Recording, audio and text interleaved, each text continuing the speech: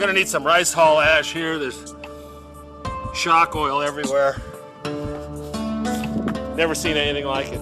Horrendous accident. There's a tire. The front end was this here, the front splitter. It was over in the grass on the other side of the wall, about 30 feet out there. It flew. Got more. Got a little more evidence here. There's a shock that's hemorrhaging right there. There's another shock that's hemorrhaging. There you go. There's a front wheel. Probably the biggest crash we've ever seen. Good effort. If your drivers saw the way that you and Dickie Venables tune and drive these Traxxas cars, they'd never get in a car touched by you again, would they? Are you kidding? We'd be fired immediately on the spot. When we get done running them cars at the end of the day, it doesn't matter. There's not one day goes by that we're not loading them into a cardboard box and have to go home and spend, you know, a couple $100 rebuilding these things. Knowing what you know about Mike Guger and watching him tune a Traxxas car, you'd never jump in a car tuned by him, would you? Absolutely not. No, that thing's liable to be in pieces or on fire by the tree.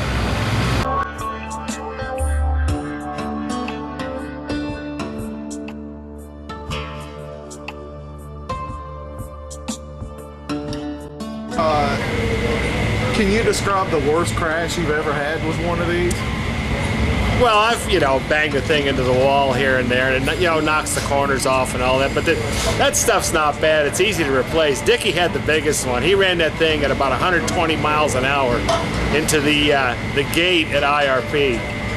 And there was like nothing left. It was awesome. It was incredible. The thing just exploded. There were shocks, shock oil, destroyed speed controls. It was cool.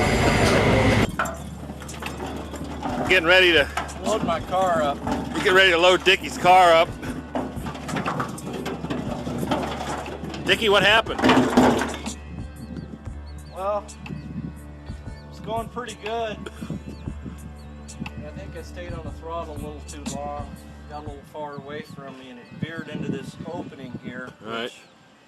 A little driver malfunction, probably stayed on the throttle a little too long, and it hit the steel gate that's used to close the opening in the wall, hit it head on, and it was bad. The front splitter on the car ended up across the racetrack, out in the grass field, 50 feet away, and there were shocks and screws and motor controllers, and just everywhere we walked we'd pick up pieces. You know, there were shocks with oil running out of them, you know, a tire almost down at the sand trap. You know, it was horrendous.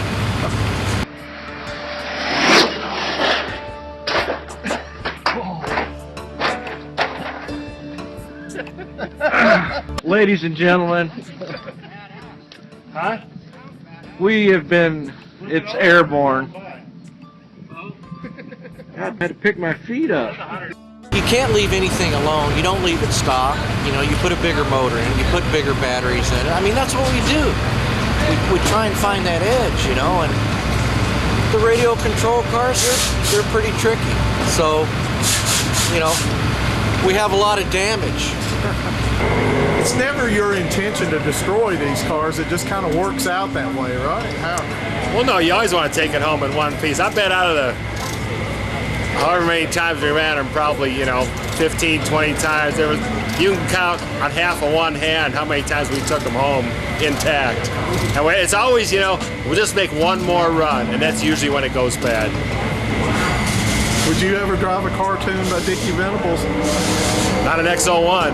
I'd get in a funny car he was doing, but no hobby stuff.